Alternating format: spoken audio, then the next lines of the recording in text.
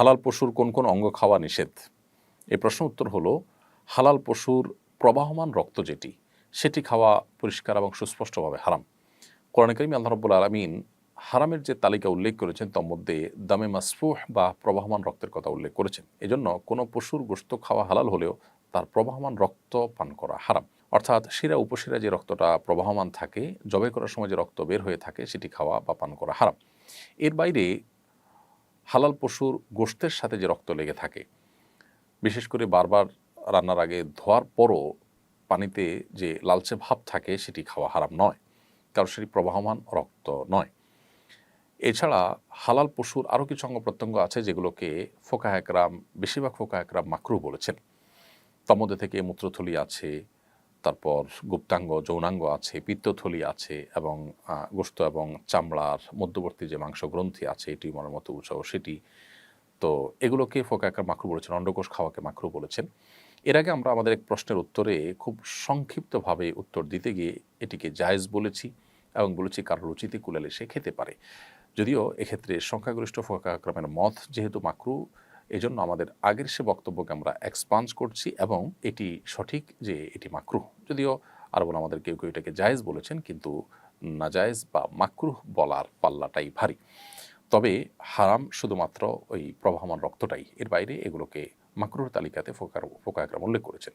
এটি মাকরুহের সপক্ষে অনেকগুলো দলিল উল্লেখ করা হয়েছে, যে হাদিস উল্লেখ করা হয়েছে যে নবী সাল্লাল্লাহু আলাইহি ওয়াসাল্লাম 7টি অঙ্গ খেতে অপছন্দ করতেন। এই হাদিসের সনদ নিয়ে মুহাদ্দিসিন একরামের যদিও আপত্তি আছে। আর এর বাইরে কোরআনে কারিমে আল্লাহ রাব্বুল আলামিন আমাদের জন্য খাবায়েস খাওয়াকে নিষেধ করেছেন।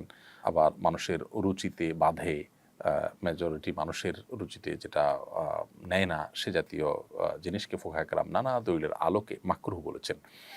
যার কারণে এই অঙ্গ প্রত্যঙ্গগুলো খাওয়া থেকে আমাদের বিরত থাকাটাই উচিত। কোরবানি কি জরুরি কোনো বিধান নাকি ঐচ্ছিক? অর্থাৎ কোরবানি কি সবার জন্য করা জরুরি নাকি কোরবানি সুন্নাত, নফল, মুস্তাহাব জাতীয় কোনো আমল? কয়দিন পর্যন্ত কোরবানি করা যায়? কোরবানির সময়সীমা কতদিন? কোন সময় থেকে কোরবানি করা যাবে? রাতে কি কোরবানি করা যাবে? কোন কোন পশু দিয়ে কোরবানি করা যাবে? আপনি হাঁস মুরগি দিয়ে কোরবানি দিলে কোরবানি হবে কিনা? কোরবানি কি জরুরি কোনো বিধান নাকি ঐচ্ছিক? অর্থাৎ কোরবানি কি সবার জন্য করা জরুরি নাকি কোরবানি সুন্নাত, নফল, মুস্তাহাব জাতীয় কোনো আমল? তো এই বিষয়ে বলবো যে এই ক্ষেত্রে ওলামা একরামের দুটি প্রসিদ্ধ মত আছে। ওলামা একরামের অনেকেই বলেন যে কোরবানি করা এটা সকলের জন্য জরুরি, যাদের সামর্থ্য আছে ঈদের দিন, কোরবানি ঈদের দিন অথবা পরবর্তী দিনগুলোতে যেগুলোতে কোরবানি করা যায়, এই সময়ের ভিতরে যার কাছে নেশা পরিমাণ টাকা আছে তার জন্য কোরবানি করা ওয়াজিব, জরুরি, বাধ্যতামূলক, না করলে গুনাহ হবে। এটা অনেক ওলামা একরামের মত। তাদের দলিল সংক্ষেপে শুধু দলিলগুলো হালকা হালকা টাচ করে যাই। মুসনাদে আহমদ, ইবনে মাজা, মুস্তাদরাকে হাকিম এবং আরো অনেক কিতাবে একটা হাদিস বর্ণিত হয়েছে, যে হাদিসকে মুহাদ্দিসিন একরাম সহিহ বলেছেন। আল্লামা আলবানী রাহিমাহুল্লাহ নিজে হাদিসে সহিহ বলেছেন। সেটা হলো এই, নবী সাল্লাল্লাহু আলাইহি ওয়াসাল্লাম বলেছেন, মান ওয়াজাদা সাআতান আন ইউদাহিয়া ওয়া লাম ইউদাহি ফালা ইয়াকরাবান্না মুসাল্লানা।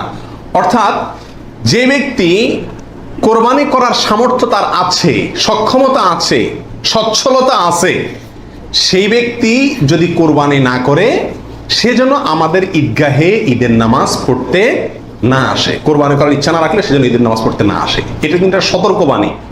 শরীয়তে এই ধরনের নির্দেশ সুন্নত, নফলের ক্ষেত্রে করা হয় না, ফরজ ওয়াজিবের ক্ষেত্রেই সাধারণত করা হয়। এটা হলো অন্যান্য যুক্তি।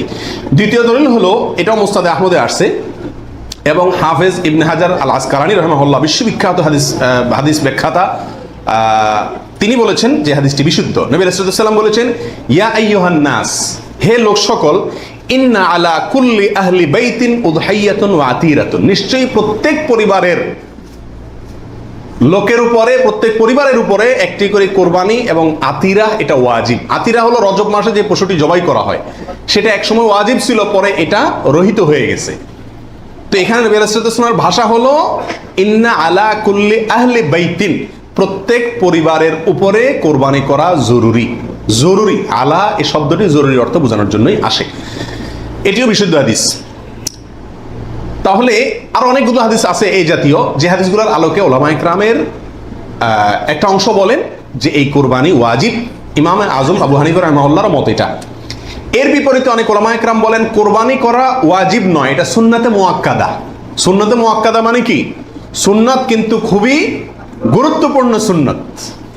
বিনা কারণে এটা ছাড়া মাকরুহ, অপছন্দনীয়, ভালো কাজ নয়। সুন্নতে মুআক্কাদা এবং ওয়াজিবের সাথে খুব বেশি তারতম্য নাই, কাছাকাছি গুরুত্বের বিচারে প্রায়। সাহাবীদের ভিতরে অনেক প্রসিদ্ধ সাহাবী তারা কোরবানি করতেন না, ওয়াজিব মনে করবে মানুষ এই ভয়, এরকম কোন কোন বর্ণনায় পাওয়া যায়। তারপরে কোন কোন বর্ণনা যারা বলে এটাকে সুন্নাতু আবিকুম ইব্রাহিম এই জাতীয় শব্দ ব্যবহার করেছেন। তো এসব কারণে ওনারা সুন্নত বলেন, সুন্নতে মুআক্কাদা বলেন। যাই হোক, সর্বসাকুল্যে এই কোরবানি খুবই গুরুত্বপূর্ণ একটি বিধান, এটা হলো নিশ্চিত। ওয়াজিবের মতটা গ্রহণ করলে এটা বেশি সতর্কতা হয় এবং ইখতিলাফ এবং মতপার্থক্যের ঊর্ধ্বে উঠা যায়, এবং অনেকগুলো বর্ণনার পক্ষে রয়েছে। কয়দিন পর্যন্ত কোরবানি করা যায়, কোরবানির সময়সীমা কতদিন? এর উত্তর হলো, এক্ষেত্রে ওলামা একরামের দুটি মত আছে। অনেক ওলামা একরামের মতে কোরবানি করা যায় ঈদের দিন, জিলহজের 10 তারিখ, আর 11 এবং 12 এই 3 দিন। এটা ইমাম আবু হানিফা রাহিমাহুল্লাহর মত। এর বিপরীতে অনেক উলামা ইকরামের মত হলো কোরবানি এটা 4 দিন পর্যন্ত করা যায়। কোরবানি ঈদের দিন এবং তারপরে আরো 3 দিন, 11, 12, 13। যুক্তি হলো যে আইয়ামে তাশরিক, এক হাদিসে আসছে একেবারে সুস্পষ্টভাবেই যে আইয়ামে তাশরিক এই দিনগুলা সবগুলোই হলো জবাই করার দিন, অর্থাৎ কোরবানি করার দিন। সেহেতু আইয়ামে তাশরিক হলো ঈদের দিন, ঈদের পরে আরো 3 দিন, অর্থাৎ 13 তারিখ, চাঁদের 13 তারিখের সন্ধ্যার আগ পর্যন্ত। এ হলো কোরবানির দিন। তবে কোরবানি প্রথম দিন ঈদের নামাজের পরপরই করা বেশি উত্তম, এতে কোনো সন্দেহ বা ইখতিলাফ কারোর নাই। এবারে সারা দুনিয়ার উলামা ইকরাম একমত। কারণ নবী আলাইহিস সালাম ঈদের দিন ঈদের নামাজের পরপরই সাধারণত কি করতেন? কোরবানি করতেন। দ্বিতীয় তৃতীয় দিনে তিনি নিতেন না। অতএব একেবারে শুরুতেই করে ফেলা হলো সবচেয়ে উত্তম এবং বেস্ট। এবারে কারো কোনো দ্বিমত নাই। কোন সময় থেকে কোরবানি করা যাবে? উত্তর হলো, ঈদের নামাজ যখন পড়া হবে, যেই এলাকাতে গরুটা জবাই হবে ওই এলাকাতে যখন ঈদের নামাজ শেষ হবে, ঈদের নামাজ শেষ হওয়ার পরপরে কি করা যাবে? কোরবানি করা যাবে। আরেক এলাকাতে ঈদের নামাজ শেষ হয়েছে, সেজন্য আপনার এলাকাতে আপনি কি করবেন না? কোরবানি করবেন না। আপনার এই পশু যারা কোরবানি করবে তারা ঈদের নামাজ পড়ার পরপরে কি করতে পারবেন? কোরবানি করতে পারবেন। এ হলো কোরবানির সময়। রাতে কি কোরবানি করা যাবে? এই প্রশ্নের উত্তর হলো, রাতে কোরবানি করাকে ওলামা একরাম মাকরুহ বা অপছন্দনীয় বলেছেন। তার কারণ হলো, কোরবানি একটা আল্লাহর গুরুত্বপূর্ণ বিধান। এখানে পশুর রগ নির্দিষ্ট সংখ্যায়, নির্দিষ্ট রগগুলো কাটা যেতে হবে। রাতে করলে অন্ধকারে সেগুলো কম বেশ হয়ে যেতে পারে, এই আশঙ্কায় দিনের বেলায় করা উত্তম এবং রাতের বেলায় মাকরুহ বলেছেন। তবে যদি পর্যাপ্ত আলোর ব্যবস্থা থাকে এবং এরকম কোনো ভুল হওয়ার আশঙ্কা না থাকে, তাহলে রাতেও কোরবানি করা যাবে। অর্থাৎ এই দিনগুলোতে আর কি, যে দিনগুলোতে করা যায়। কোন কোন পশু দিয়ে কোরবানি করা যাবে? আপনি হাঁস মুরগি দিয়ে কোরবানি দিলে কোরবানি হবে কিনা? বড় পশুর ভিতরে 3 ধরনের পশু আর ছোট পশুর ভিতরে 3 ধরনের পশু, এগুলো দিয়ে কি করা যাবে? কোরবানি দেওয়া যাবে। বড় পশুর ভিতরে কোরবানি দিতে পারবেন উট, গরু, মহিষ, এগুলো দিয়ে। মহিষ দিয়ে দিতে পারবেন কিনা এটা নিয়ে ওলামা একরামের ভিতরে সামান্য ইখতিলাফ আছে। অনেকে মহিষকে গরুর অন্তর্ভুক্ত করেছেন, অনেকে করেন নাই। যার কারণে যারা করেছেন তারা বলছেন করা যাবে, যারা করেন নাই তারা বলছেন করা যাবে না। এই জন্য একান্ত অনন্য উপায় না হলে সেদিকে না যাওয়াই ভালো, ইখতিলাফের দিকে। আর ছোট পশুর ভিতরে 3টা, দুম্বা, ছাগল এবং ভেড়া, এগুলো দিয়ে কি করা যাবে? কোরবানি করা যাবে। এছাড়া অন্য কোনো পশু দিয়ে, এই গৃহপালিত পশু ছাড়া আপনি হরিণ দিয়ে অথবা অন্য কোনো হালাল পশু যেটা গৃহপালিত না, সেটা দিয়ে কি করা যাবে না? কোরবানি দেওয়া যাবে না, দিলে কোরবানি হবে না।